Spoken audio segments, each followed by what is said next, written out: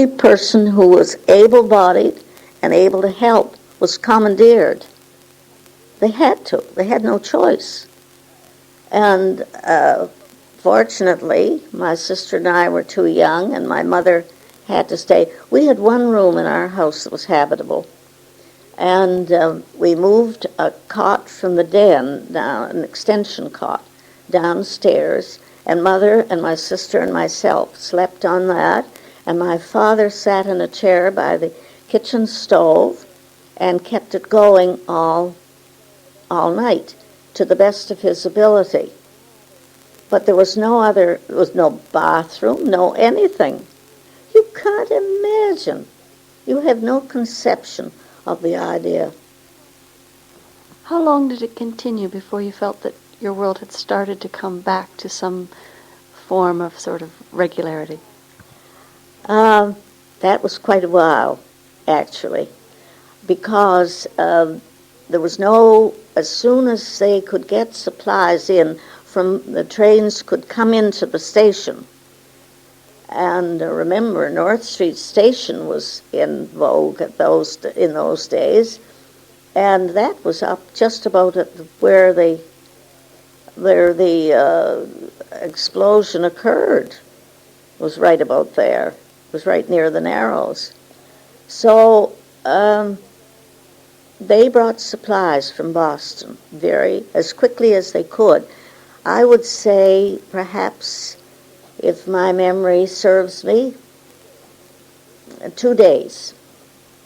In the meantime, you ate whatever you had, and anybody who had a store that was not sufficiently damaged that they could get things out of a refrigerator. There were no Frigidaires in those days either.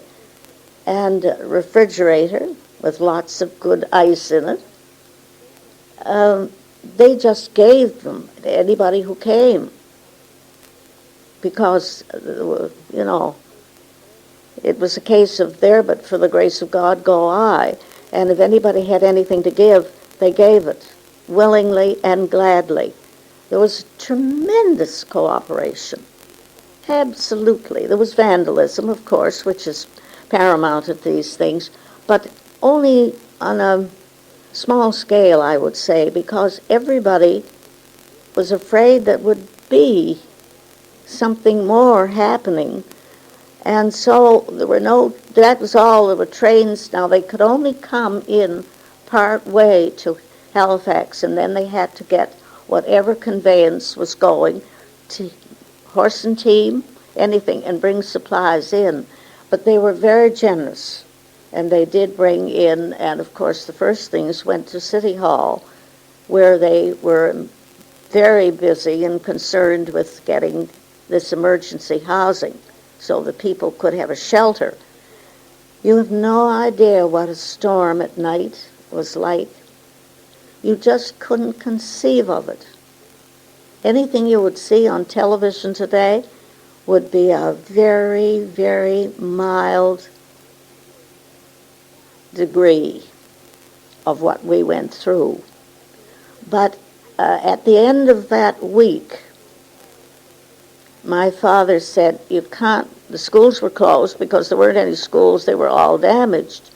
Schools, the churches, everything was shut down, just was a ghost town. And he said, you can't stay here. You can't live in one room. I have to be out all the time. As soon as you can go to Bridgewater, which was my mother's home, and my grandmother was living at that time, you must go. Well, Mother didn't want to go, but he said, well, you have to take the children because for their safety, you have to take the girls and go. So at the end of the week, we went. In the meantime, my Uncle Charlie in Bridgewater, who owned the Bridgewater Bulletin, the only newspaper they had, which came out once a week, he got finally some word from Halifax. And he went up to my grandmother's, and believe it or not, this is true too. My grandmother had dishes from the impact of the explosion in Halifax, and at that time they didn't have the roads as they are today, so it was 72 miles from Halifax. And she had broken dishes from the explosion. They just fell off the shelf and broke. But Uncle Charlie, of course, being Uncle Charlie, and being calling a spade very quickly with quite a bit of dispatch, he said, there's been a terrible explosion in Halifax, and they don't think anybody's alive. So my grandmother I don't know why she lived for quite a few years after that. She lived 10 more years. And she said, she's told me about it afterwards. Grandmothers are wonderful things, you know. They tell you all these things that happened in their lifetime, and you store them up in your memory, if you're sensible at all, and you have something for when you grow too old to dream. And I firmly believe that because I'm doing it. And she said, Charlie, you'll have to find out more than that, because I can't go through the day not knowing whether my daughter and my granddaughters are alive. She kind of forgot about Father because she thought he was too busy to bother. She knew then. But he did come back before nightfall and said he'd been able to get a telegraph message that there were some survivors, but he didn't know who, what, or where. But as soon as we could get word, we sent word to my uncle, because he had a way of getting it through the newspaper, of course, and told grandmother that we would be home the end of the week. And we stayed there until, I think it was March, before our house was habitable for the family to move back. And I think the Easter was, if I remember correctly, Easter was a bit early on that year, and school was scheduled to open right after Easter. But we lost all that time because there was nothing. I mean, you can't imagine the enormity of the repairs that had to be done. So in the interim from the time we moved back to Bridgewater with my grandmother, I don't know, Father did come down for Christmas, and didn't come for New Year's, but he did come for Christmas and went on whatever weekend he could possibly spare. But he didn't have very much spare time, as you can well imagine. But so long as I live, I will never forget the Halifax explosion. One, because it was something I hope I never have to experience again. And believe me, if you don't believe me, it's the truth. During the Second World War, there were many times that I was scared out of my wits because I thought, are we going to have another Halifax explosion? And they did have a scare in Halifax, but I wasn't there. But I will remember that the longest day I live. And I hope I haven't bored you to tears, Joanne. Not at all. It's been marvelous. Thank you very much. Well, I think that's probably more time than you intended for me to take, but you would have missed part of it, and perhaps the most important part. But if there's anything you want to ask me, by all means, I will try to answer it. Okay. I'd like to add something, because in all tragedy, even as bad as it was at the explosion, there is a bit of humor seeps in. And I'd like to tell you something to add to the last of this now.